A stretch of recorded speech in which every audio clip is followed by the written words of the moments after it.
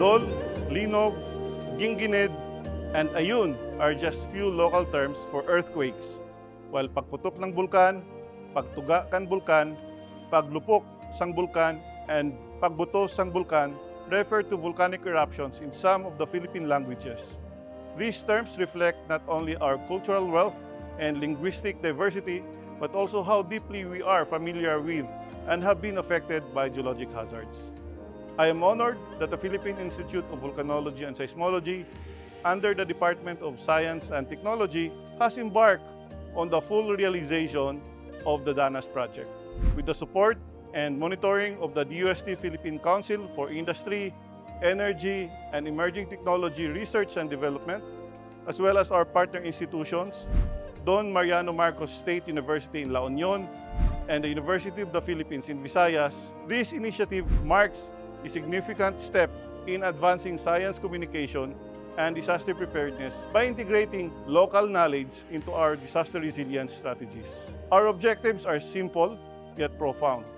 We aim to create a culturally sensitive and gender-inclusive methodology.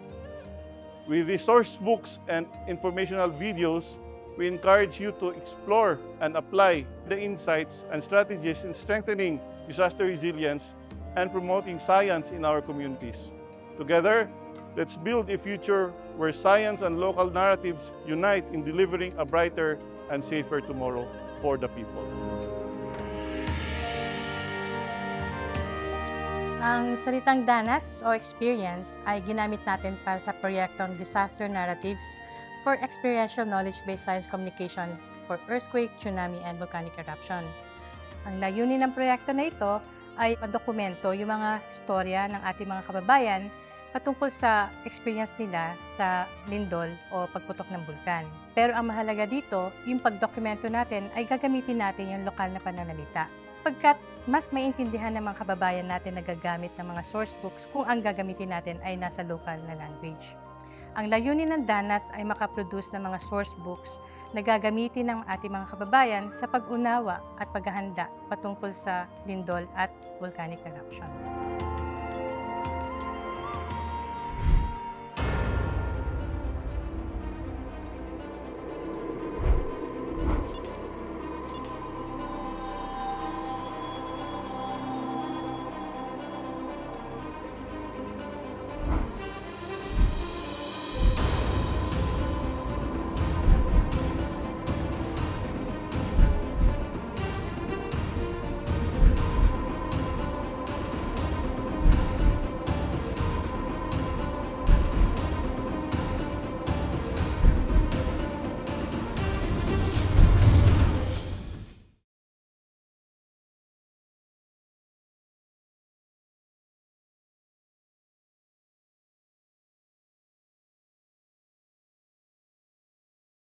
Ing poste reng kaing kuryente talagang wala mo padwas lang ano gano. Malakas talaga, malakas.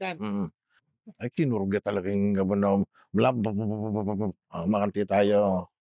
Daramdaman na dinribol niya pa na kay kisog na yung mga niyan. Bala mo po ning mga sakay kay pong bangka pota pong ning ngalon. So po dinaretso ko po kay kami linawe ko po na pota po may nga tunggak la puret ang kasangkapan mi tapos deta po nga pong ginu. Ala naman pong may kay.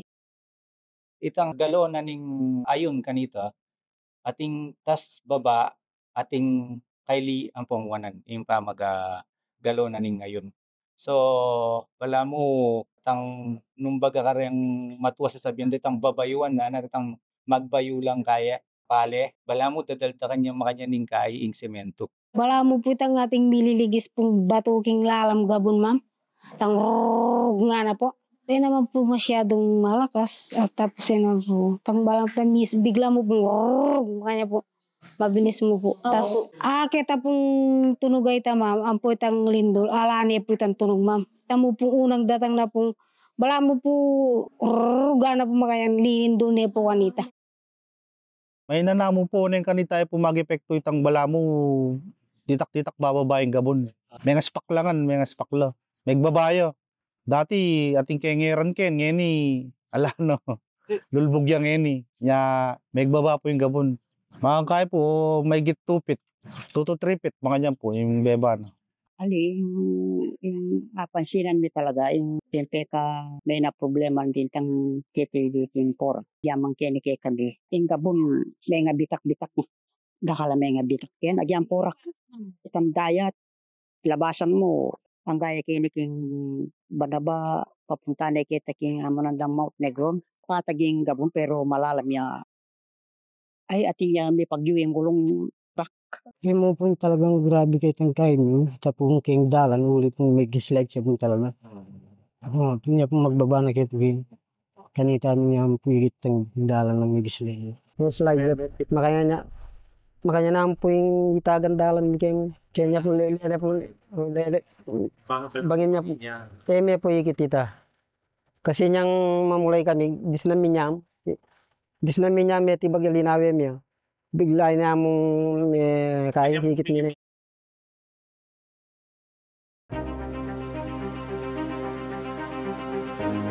Knowledge is crucial for geologic disaster preparedness.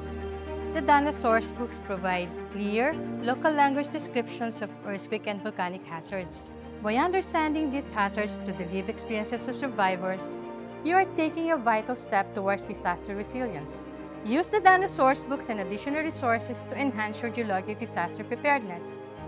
Let's come together to build a safer, more informed community. Your awareness and action make a difference.